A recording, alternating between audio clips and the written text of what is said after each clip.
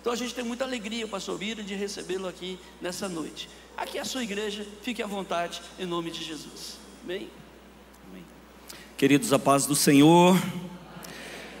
Abra a sua Bíblia, por favor, em Josué, no livro de Josué, capítulo 10, versos 12 a seguir, 12, 13 e 14. Enquanto você abre, quero agradecer, louvar a Deus pela vida do pastor Edmar Rezende, pastora Lélia, que são os pastores dessa igreja, amigos queridos, que amamos tanto. Pastor Edmar me separou para auxiliar, diaconato e presbitério, há 25 anos atrás, né? E foi nosso professor também no seminário, no Ibicamp. Então, eu estou muito à vontade aqui nessa noite. Louvo a Deus pela vida de todos os irmãos aqui da De Bueno, e também daqueles irmãos, os jovens que estão me acompanhando aqui, lá da sede de Campinas. Deus abençoe. A palavra do Senhor diz assim: então Josué falou ao Senhor no dia em que o Senhor deu os amorreus nas mãos dos filhos de Israel, e disse na presença dos israelitas: Sol, detente em Gibeon, e tu, lua, no vale de Aijalon. E o sol se deteve e a lua parou, até que o povo se vingou de seus inimigos. Isto não está escrito no livro de Jazar?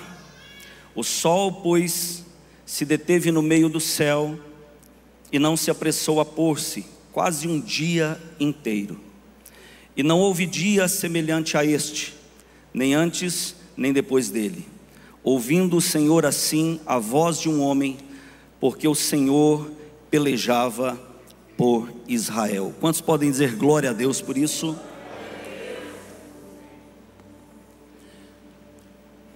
Eu percebi que os irmãos estão aí no mês de maio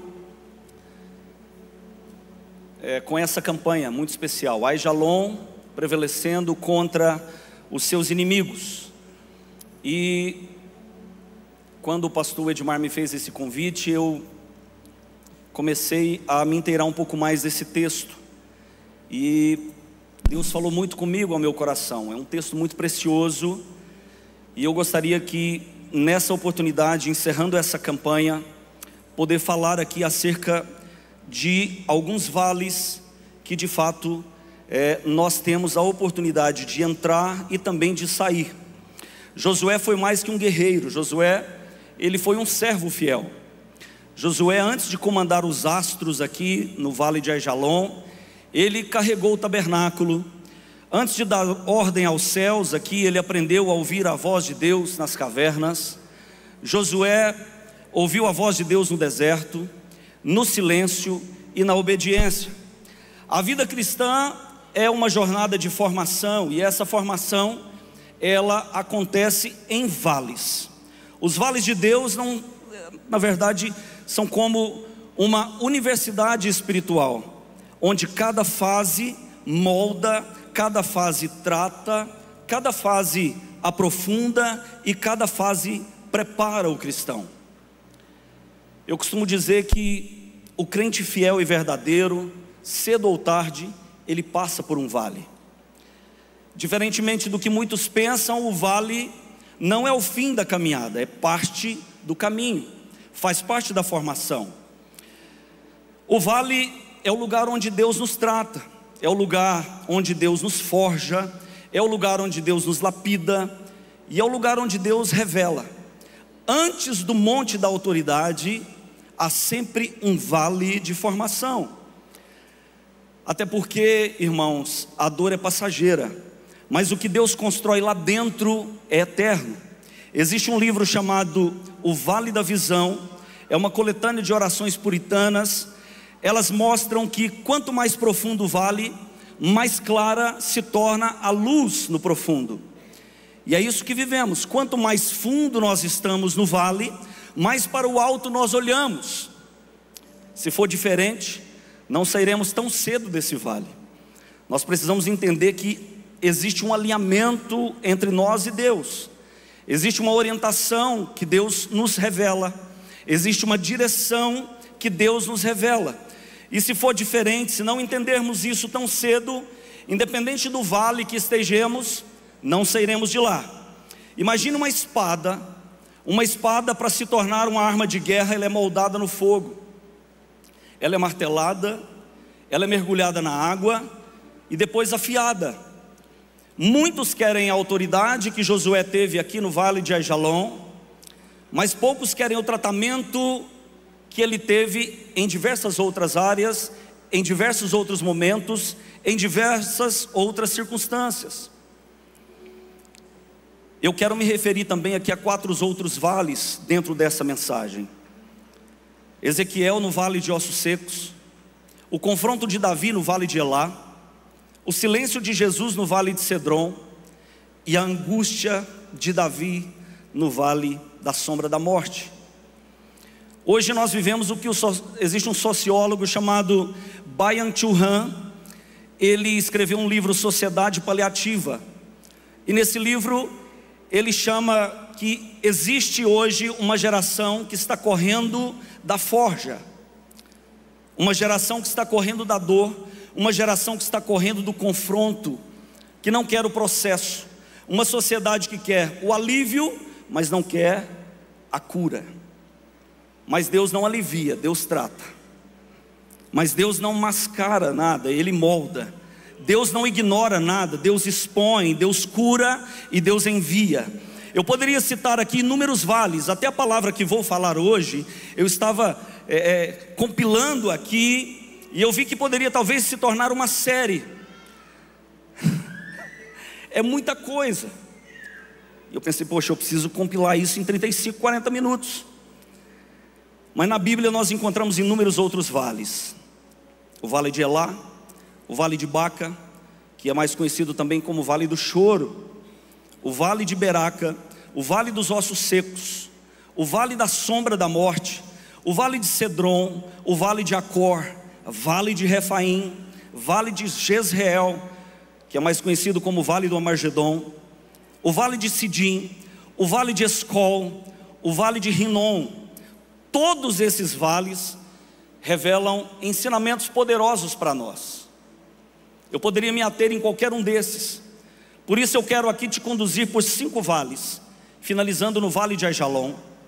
5 degraus que antecedem a autoridade espiritual. Cada etapa, cada vale tem um propósito, uma forja, uma chave, e só chega ao comando de Aijalon quem de fato passa pelos vales anteriores. O vale de ossos secos, quem aqui nunca ouviu falar dessa história? Ezequiel é conduzido a um vale em uma visão, e é um palco da maior restauração histórica profética. Deus leva Ezequiel até o vale, e lá ele mostra uma desolação total. Ossos sequíssimos, sem estrutura, ossos sem carne, sem vida. Não são esqueletos, são ossos degradados, desconectados. Deus não pergunta para Ezequiel: Ezequiel, você vê vida aqui? Não.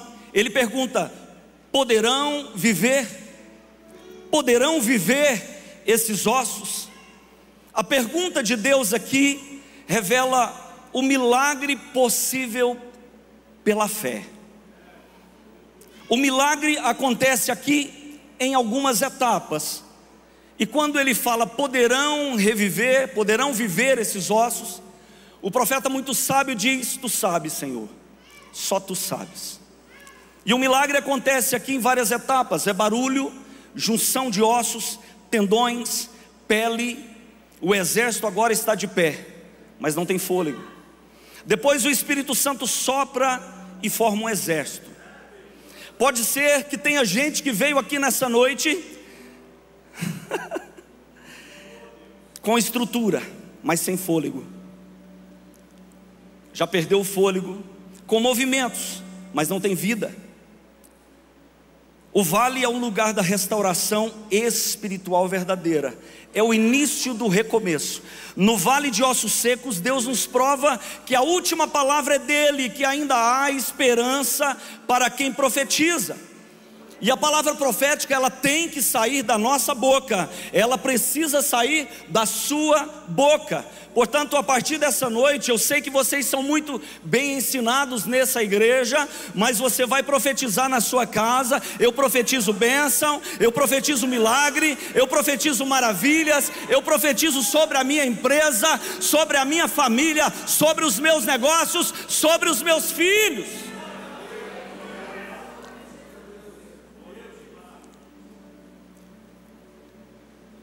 Na pandemia nós ficamos reclusos na fazenda aqui perto de Trindade. Meu pai comprou uma égua muito bonita, mansa. E a Gigi e a Fefe, eu tenho 2 filhas, a Giovana e a Fernanda. Giovana hoje tem 14, a Fernanda tem 12. Papai, vamos passear de cavalo. E tem um pôneizinho lá, um piquira. Coloquei a Fefe, que é a mais novinha, e a Gigi eu fui puxando com essa égua.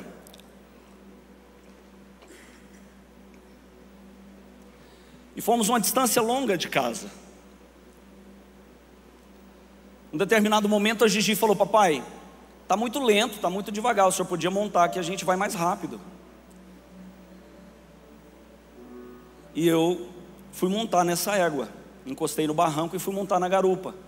Mas eu nunca tinha montado na garupa dessa égua. Ela era mansa, mas mansa de montar normalmente. Quando eu montei na égua, ela empinou e me derrubou no chão. Eu bati a cabeça e fiquei desacordado. E ela disparou com a Gigi. A Gigi não tinha experiência, soltou a rédea e ficou com o pezinho pendurado no estribo. E batia para lá, e batia para cá, e batia para lá. Daqui a pouco eu recobro a consciência, muita dor. E a Fefezinha tinha pulado do piquirinha, porque viu a irmã disparada, viu eu caído, ficou ali chorando. E eu acordei: Fefe, cadê a Gigi? Papai, saiu aqui disparado. E ela começando a chorar copiosamente. E eu com muita dor, assim ainda tonto, vi a Gigi bem distante, numa curva, uma estrada distante, caída, toda torta, toda... Eu pensei: meu Deus, eu perdi a minha filha. E eu cheguei, peguei a Gigi, e ela desacordada. Naquele momento eu entendi como um vale. Precisava de uma palavra. Eu levantei a Gigi para os céus e falei: Senhor, devolve a vida para minha filha. Tá certo que eu não falei assim com tanta, né? Eu falei desesperado: Senhor, devolve a vida para minha filha, em nome de Jesus. Quando eu falei aquilo, a Fefezinha já estava com a mão estendida assim do lado, e ela recobrou a consciência e começou a gritar: papai, papai, papai. Eu falei: calma, eu estou aqui. Ela: papai, eu não estou enxergando nada. Eu falei: talvez você bateu a cabeça. Quando eu coloco a mão na cabeça dela, uns hematomas, uns galos assim, terríveis, enormes. Eu falei: você não está enxergando nada. Eu coloquei a mão nos olhos e falei: Senhor, devolve a visão da minha filha agora, em nome de Jesus. Aos poucos ela falou: papai, eu estou começando a enxergar novamente. Eu falei: glória a Deus por isso. E eu peguei a Gigi no colo, e a Fefe foi andando, e o óculos caiu para um lado, o boné para o outro. E do nada, muito longe, os cavalos tinham sumido, o cavalo, o piquira e a égua. Eu falei: meu Deus, e agora? Daqui a pouco vem um caminhão 3/4, parou um senhor do meu lado, abaixou o vidro do passageiro. Eu olhei, o olho dele era tão azul que brilhava, cabelo branquinho, estava sozinho naquela caminhonete. Ele falou assim: você está precisando de alguma coisa? Falei: estou precisando de ir para meu pai, lá para a fazenda. Você me leva? Ele falou: claro, entra aí. Aí na estrada, o que aconteceu? Eu contei o episódio. Ele disse: engraçado, eu nunca passo aqui nessa estrada. Eu me perdi lá atrás e eu me informei. Alguém falou que era para eu passar por essa estrada, do lado do trilho de ferro. Naquele momento o Espírito Santo falava: eu devolvi a vida, recobrei a visão, e agora eu estou te levando, eu estou te conduzindo agora. Eu entendi tudo, era projeto de Deus. Você pode profetizar com a sua boca, meu irmão. Está tudo ruim, você não está vendo nada, não tem broto, não tem nada. Ei, declare: haverá árvore aqui, haverá água, haverá tudo, haverá. Deus vai fazer, Deus não me trouxe aqui por acaso, Deus me trouxe aqui porque Deus tem uma palavra para você. Use o meu nome para profetizar que eu vou fazer coisas inimagináveis. Mas só restaurar não basta, é maravilhoso, mas para chegar no vale de Aijalon a gente precisa de ter mais experiência. Após a ressurreição, Deus nos envia confronto, e é sobre esse confronto que eu também quero me ater.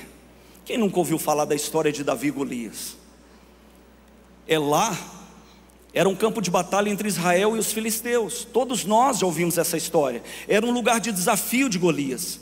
Davi desce ao vale não com espada. Davi, ele desce ao vale com uma funda e com uma fé forjada no secreto. Olhando para essa igreja, eu imagino quantos dos irmãos aqui têm o seu quarto de guerra. Quantos dos irmãos aqui têm os seus momentos de oração, tem o seu secreto, tem o seu pasto, tem o seu carro. Eu, por exemplo, gosto de orar muito dentro do carro. Estou viajando e estou orando, estou viajando e estou falando com Deus. O vale de Elá, ele prova se aquilo que Deus restaurou em você é de fato real, verdadeiro e é genuíno. Deus não precisa de guerreiros com armaduras de terceiros. Deus não precisa de guerreiros com armaduras alheias, com espada do irmão, com o escudo do outro irmão. Não, absolutamente não. Ele procura corações puros, ele procura corações ousados, homens e mulheres com intrepidez.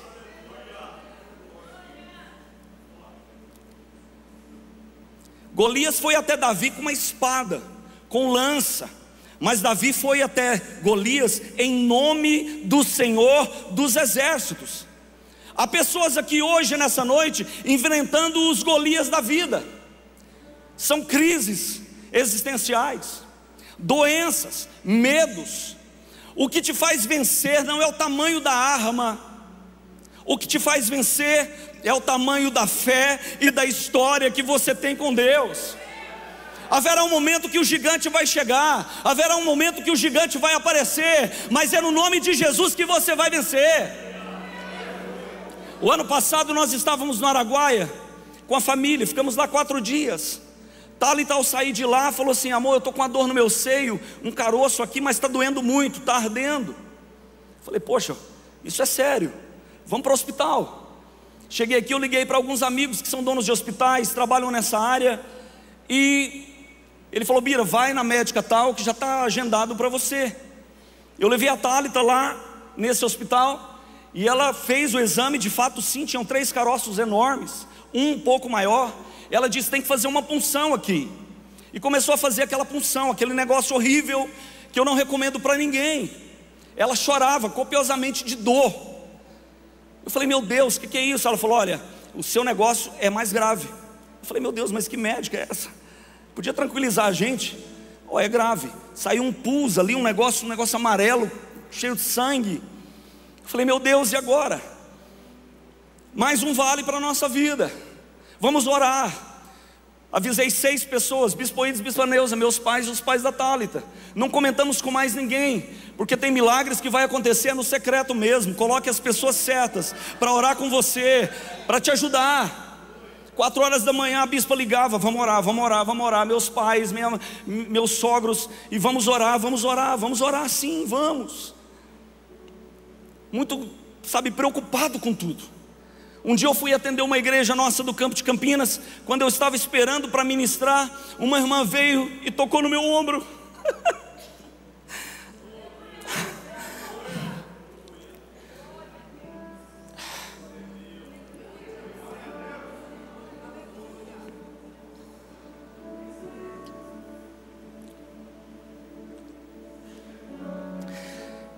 Ela tocou no ombro e falou assim: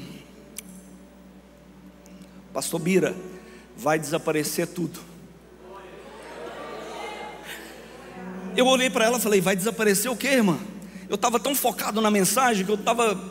Ela falou: vai desaparecer os caroços. Irmãos, eu não sabia. Falei assim: acho que eu vou parar, eu não vou nem pregar, botar outro para pregar. Eu preciso correr, abraçar minha esposa, eu preciso falar para ela esse milagre. vai desaparecer tudo. Mas eu preguei, foi uma noite extraordinária. Chegando em casa eu falei: amor, como é que está aí? Tinha uns 2 dias que a gente não tocava nesse assunto. Como é que está? Ela palpou: ué, amor, não tem nada aqui, os caroços desapareceram. A gente se abraçou, começou a chorar. 2 dias depois era a consulta. Eu estava muito envolvido com o CIBEM na organização daquele congresso, sabe? E nós pudemos ver ali a mão de Deus naquele momento. Fomos lá, fizemos os exames e de fato ela recebeu a cura, para a honra e glória do nome de Jesus. Ah, meu Deus! Tem coisa que acontece, o gigante se levanta, aí sim, declara, vai em nome de Jesus desaparecer, porque maior é o que está em nós. Meu irmão, eu não sei qual é o milagre que você precisa, qual é a área que você precisa, mas declare com a sua boca: em o nome de Jesus vai desaparecer. Levante a sua mão assim para o alto. Pai, em nome de Jesus, os teus filhos vão declarar, em nome de Jesus eles vão declarar, e pela fé e no nome de Jesus, o milagre vai chegar na vida do teu povo, em nome de Jesus. Aleluia. Você pode aplaudir mais forte a Jesus? Oh! É no vale de Elá que Deus revela o que você carrega. É no vale de Elá. E isso é o suficiente quando vem do céu. Quando você tem uma aliança com Deus, quando você é aliado de Deus, é tudo diferente. Então nós já falamos sobre o vale de ossos secos, sobre o poder da palavra. Já falamos aqui agora do confronto. Todo guerreiro precisa entender a calar para vencer. Todo guerreiro precisa entender isso. E eu quero falar aqui com vocês sobre o vale de Cedron. O vale de Cedron é um vale poderosíssimo. Cedron era o riacho entre o cenáculo e o Getsemane. Cedron, Jesus atravessa aqui em silêncio, a caminho da cruz. Como ovelha muda ao matadouro, aqui Jesus está indo. É o vale de Cedron. Cedron era também onde se lançavam os restos do sacrifício, um lugar impuro, esquecido. Os guardas chegam ali e falam: nós estamos procurando um homem. E ele diz: quem vocês estão procurando? Os homens dizem: Jesus de Nazaré. Ele diz: sou eu. Ele se entrega. Jesus vence ali. Jesus vence não com palavras, mas com obediência. Tem hora na nossa vida que a nossa maior arma não é a fala, nem a força. Tem hora na nossa vida que a nossa maior arma é o silêncio, é a entrega. Tem gente que vai olhar para você e falar: vai perder, não vai dar certo, ele não vai conseguir porque você está calado, você não está discutindo, você não está brigando. Mas é muito pelo contrário, aí que você está ganhando, porque o maior está pelejando por você, o maior está lutando por você. Meu Deus! O Cedron é o vale onde o céu responde. O coração submisso, não uma boca barulhenta. Nessa hora que fica de fora os presunçosos. É nessa hora que os soberbos sofrem, os vaidosos, os prepotentes. Esse é um vale para servos maduros. Porque para ganhar nem sempre precisa brigar. Para ganhar nem sempre precisa vencer na fala. Nós temos que ter muito cuidado com os coaches dessa geração. Essa turma que fala: ei, você pode, você vai dar certo, você vai vencer, está aqui, esse curso é tanto, passa o seu cartão. Uau! Tem muita gente séria, mas tem muita gente. E aí eles pregam a autossuficiência. E a nossa geração, o povo de Deus, é ensinado a ter total dependência de Jesus Cristo. É dependência do Todo-Poderoso. Eu sou dependente do Senhor. É Ele que faz, é Ele que pode, é Ele que consegue, é dEle, tudo é dEle. A minha vida é dEle, a minha casa é dEle, o meu carro é dEle, o meu trabalho é dEle, a minha empresa é dEle, tudo é dEle. Tudo, absolutamente tudo. Um servo pode calar e ainda assim estar vencendo. Esse é o vale de Cedron. O silêncio de Jesus gritou muito mais alto do que o grito dos soldados. Aquela barulheira toda para levar Jesus, e ele está como ovelha muda indo ao matadouro para um propósito muito maior. Eu imagino Jesus falando: se eu falar alguma coisa aqui, vai atrapalhar o projeto de Deus. Se eu abrir a minha boca aqui, pode atrapalhar o propósito que Deus tem para a humanidade. Meu Deus! Mas há vales que não são apenas silenciosos, tem vales que são escuros também, tem vales que são tenebrosos, vales onde nem fé parece ter fôlego, e aí que entramos no vale da sombra da morte. Salmos 23:4, Davi escreve: ainda que eu ande, ainda que, ou seja, ele passa, ele não prevalece lá, ele passa pelo vale. Vale é lugar de crente, mas crente que tem alinhamento com Deus. E você tem que passar pelo vale e tem que sair do vale, tem que sair vitorioso, tem que sair melhor, tem que sair inteligente, sábio daquele vale. Alguma lição nós temos que aprender num vale, alguma lição temos que aprender. Salmavet em hebraico é a expressão mais intensa de escuridão, de trevas. Não é só morte física, é depressão, é medo, é ansiedade, é síndrome do pânico, é dor na alma. E a noite escura da alma, é nessa noite, como diz Davi: Senhor, o Senhor se calou para mim. Salmos 13, Davi diz: até quando, Senhor, esconderás de mim o teu rosto? Até quando? E ele não falou só uma vez, ele fala 4 vezes em 2 versículos. Até quando, Senhor? Até quando, Senhor? Até quando esconderás de mim o teu rosto? Espera aí, esse cara é Davi. Davi foi tido como homem segundo o coração de Deus. Davi matou urso, Davi matou leão, Davi mata gigante, Davi é o cara. E agora ele está aqui reclamando porque Deus se cala para ele, Deus escondeu para ele, não aparece para ele. Até quando, Senhor, esconderás de mim? Deus se esconde, meus irmãos, é para ser buscado, é para ser achado. Ele precisa disso, nós precisamos buscar Deus em todo momento. Senhor, o que está acontecendo? Alguma coisa está errada, eu preciso da orientação, eu preciso. E tem gente que fala que quando Deus se cala, Ele está trabalhando. Ele não só está trabalhando, Ele está nos observando. Será qual que vai ser a próxima bobeira que você vai dar? Você vai murmurar então? Não, então tá bom, então eu vou prolongar. Como é que vai ser isso? Ah, então você é dono de tudo, então você quer resolver tudo? Então tá bom, eu vou me calar. Entenda uma coisa, algo muito poderoso da parte de Deus: quem aprende a clamar no escuro sai mais forte do que entrou. Isso é um fato, isso é um fato. Clamar no escuro, eu não estou vendo nada, não estou enxergando nada. Veio sobre mim uma ansiedade, veio sobre mim uma depressão. Eu experimentei uma depressão fortíssima no ano de 2012. Nós tínhamos a Gigi, a minha filha, 1 aninho de idade, e eu fiz um negócio que é dinheiro de uma casa num condomínio no Portal do Sol 2. Eu vendi essa casa e fiz um negócio, mas o negócio era um golpe que eu sofri, e eu perdi todo esse dinheiro, e era o dinheiro que nós tínhamos para trabalhar. E naquele momento eu falei: amor, e agora? O que nós vamos fazer? Eu vou atrás desse moço, eu vou matar ele, eu vou fazer o quê? Não tenho o que fazer, eu sou um cristão, sou um homem de Deus, eu não posso fazer isso, é viver. 2 meses depois eu vou na sala do bispo, ele fala: olha, vamos orar aqui, eu vou te ajudar com alguma coisa, mas eu posso te falar, perdoa esse irmão. Eu falei: bispo, perdoar? Ele não era bispo, era pastor, mas bispo, perdoar? Ele falou: perdoa. E eu estou declarando sobre a sua vida que você vai receber muitas vezes mais o que você perdeu. Eu falei: meu Deus do céu, bispo, isso é muito poderoso. E nós oramos ali, eu senti uma presença de Deus naquele lugar, Josué. E eu cheguei em casa, contei para a Thalita, ela falou assim: amor, é impossível. O que o bispo te falou? Eu não vou perdoar não, perdoa você, eu não vou perdoar. Eu falei: amor, não faz isso, se você não aliar comigo, Deus não vai nos abençoar. Ficamos um longo período ainda. Quando foi na virada de 2013 para 2014, dia 30, ela chega em mim e fala assim: amor, eu estava orando ao Senhor e Deus falou comigo, vamos perdoar esse rapaz. Eu falei: sério? Então vamos perdoar, amém.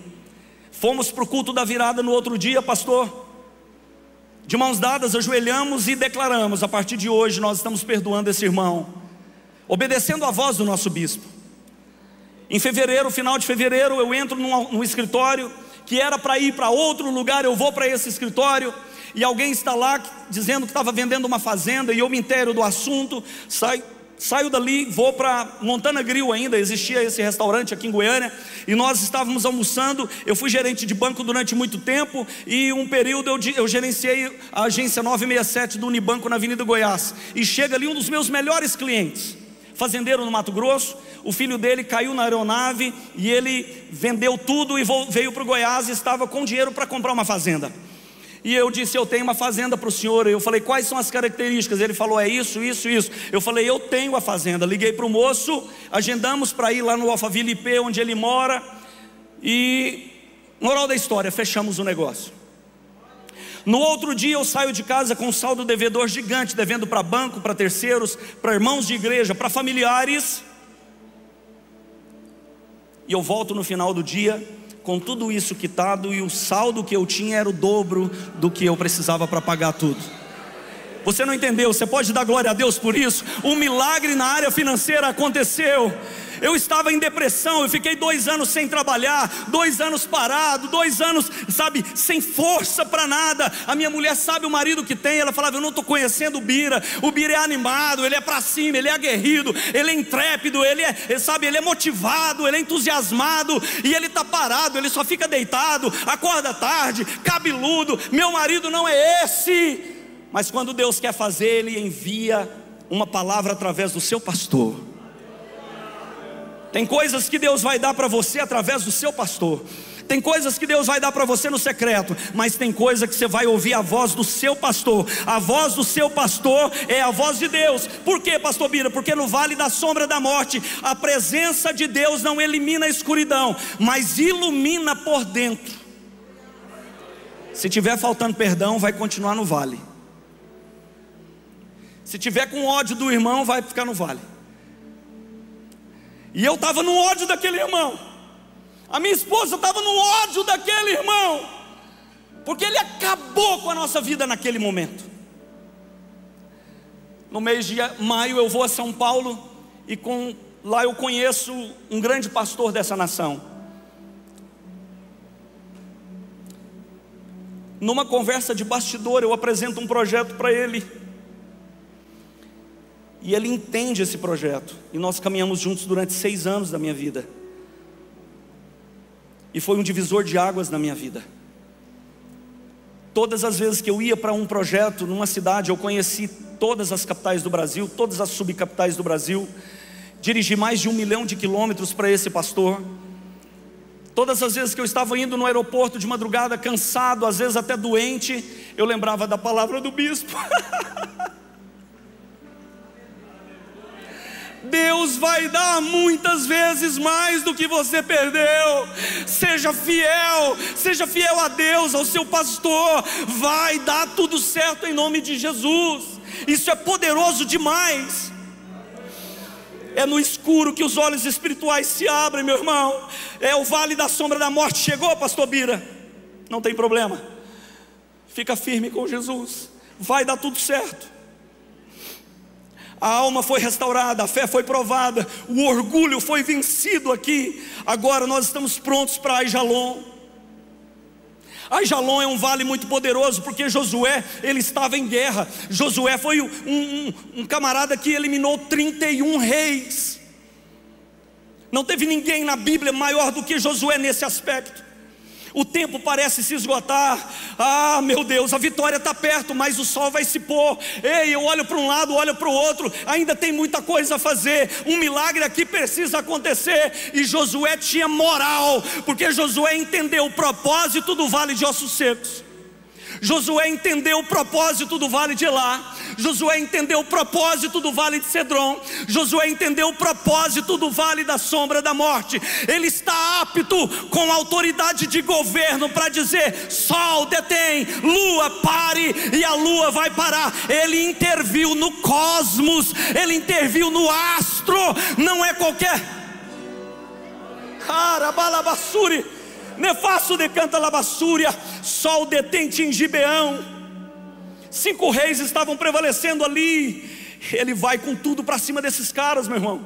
Ele vai socorrer Gibeão. Ele vence a batalha. E detalhe, o sol não parou por minutos não. O sol parou o dia inteiro.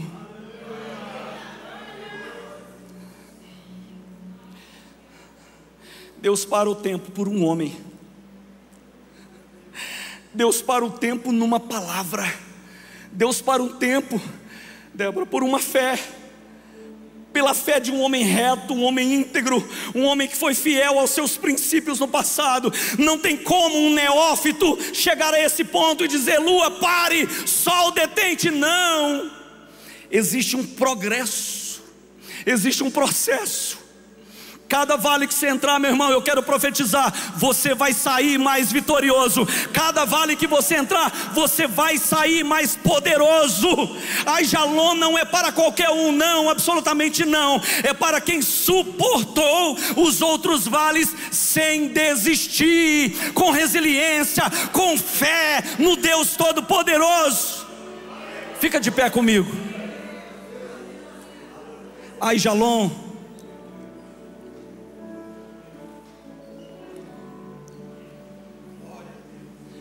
Aijalon não é para qualquer um, não. Aijalon é para quem foi provado. Aijalon, em todas as etapas da formação, é para quem de fato experimentou o fogo.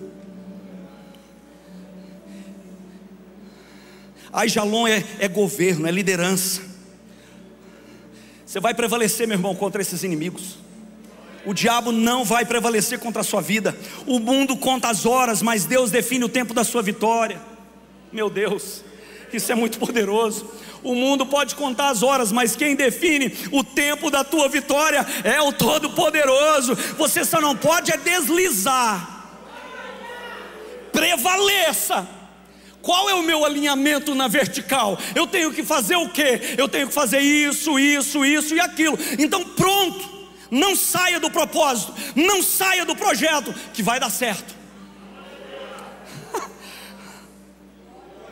Ele é o Senhor sobre Dagon, Ele é o Senhor sobre Canom, Ele é o Senhor sobre Baal, Ele é o Senhor sobre Astarote, os falsos deuses dos povos antigos que representavam o tempo, os céus e também a fertilidade. Quando Josué ora, ele está dizendo: o meu Deus é muito maior do que esses deuses aí. Esse é o meu Deus.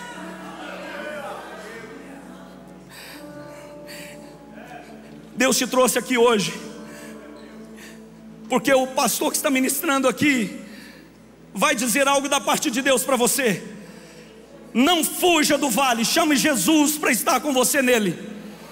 Se você ler Mateus 11:28, está escrito: vinde a mim todos os que estáis cansados, sobrecarregados, e eu vos aliviarei. Essa palavra é para todos. Todos que estão aqui, cristãos, não cristãos, homens, mulheres, jovens e crianças. Vinde a mim todos. Mas tem um estágio diferente. Mateus 16:24 diz: aquele que quiser vir após mim, negue-se a si mesmo, tome a sua cruz e siga-me. É diferente. Você não pode abandonar a sua cruz, e você precisa carregar a sua cruz. Isso é algo muito poderoso. Carregue a sua cruz. Chame Jesus para te ajudar. Está pesado, convide Jesus. Ande no rastro dele, siga ele, ande após ele. O vale, meu irmão, é o útero do milagre. Carregando a sua cruz. Está no vale, está difícil, está com problema. Não tem problema não, meu irmão. Levante a sua mão e diga: eu vim aqui para adorar o Senhor, e a minha vida vai mudar a partir de hoje. E ponto. Não é fácil, não é da noite para o dia. Você tem que suportar com fé. Você tem que declarar. Declara com vontade, declara com verdade. Precisa permanecer. Deus vai honrar a sua voz, Deus vai honrar o seu posicionamento. Você pode declarar com fé. Ontem eu ouvi uma história, eu falei: poxa, eu vou colocar essa história na minha mensagem. Todos aqui sabem a história, pastor Edmar, de Gunnar Wingren e Daniel Berg, os missionários suecos que vieram para o Brasil para instalar aqui uma obra, um ministério. Só que chegou um ponto de muita dor, muita luta, muitos vales na vida de Gunnar Wingren e Frida Wingren, a sua esposa. E um dia ele chega em casa e diz: Frida, nós vamos voltar para a Suécia, não dá mais para continuar aqui, é muita perseguição religiosa, são muitos problemas, muitas dificuldades que nós estamos enfrentando, vamos embora. E aquela mulher entra para dentro do seu quarto, dobra o seu joelho, e o Senhor te dá uma inspiração, Joás. E ela escreve o hino 394 da harpa cristã. E o Espírito Santo fala com ela, pastor. E ela ajoelhada, e ela sente a presença do Senhor. Quando ela sai lá fora, ela encontra Gunnar Wingren sentado. E ela diz: amor, eu posso fazer um chá? Ele diz: sim, pode fazer o chá. E ela fez o chá e deu para ele beber. Enquanto você toma o chá, eu posso cantar um hino que Deus me deu agora aqui no quarto enquanto eu entrei? Ele disse: pode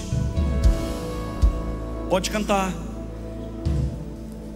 E Deus deu essa inspiração para ela: quem sua mão ao arado já pôs, constante precisa ser. O sol declina e logo após vai escurecer. Avante em Cristo pensando, em oração vigiando, com gozo e amor trabalhando para o teu Senhor. Não desanimes por ser a sua cruz maior do que a do teu irmão. A mais pesada levou o teu Jesus, então te consola então. A tua cruz vai levando, com Jesus perdoando, alegremente andando para o lindo céu.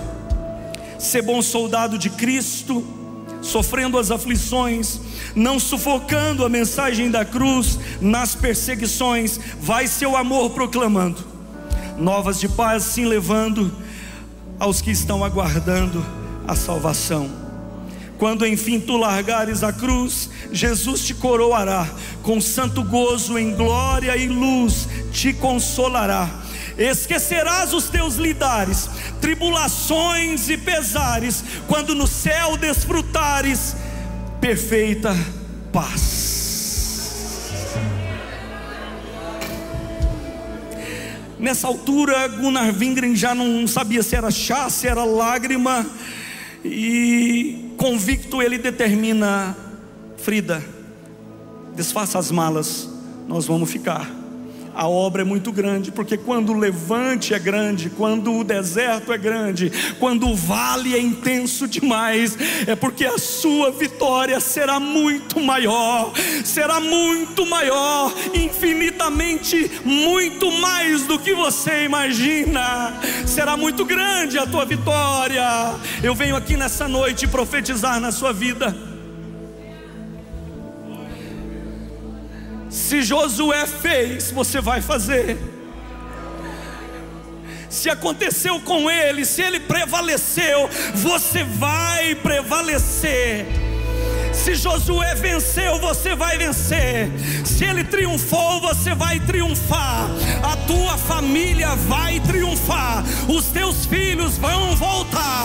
Os teus filhos vão prevalecer. A tua empresa vai prosperar. Essa igreja vai prosperar. As tendas vão se alargar, porque maior é o que está com esta igreja, com este povo. Esta é a palavra de Deus nessa noite. Levante as tuas mãos e adore o nome do Todo-Poderoso. Enquanto esta equipe louva, você ora, você entrega a sua vida ao Todo-Poderoso, em o nome de Jesus.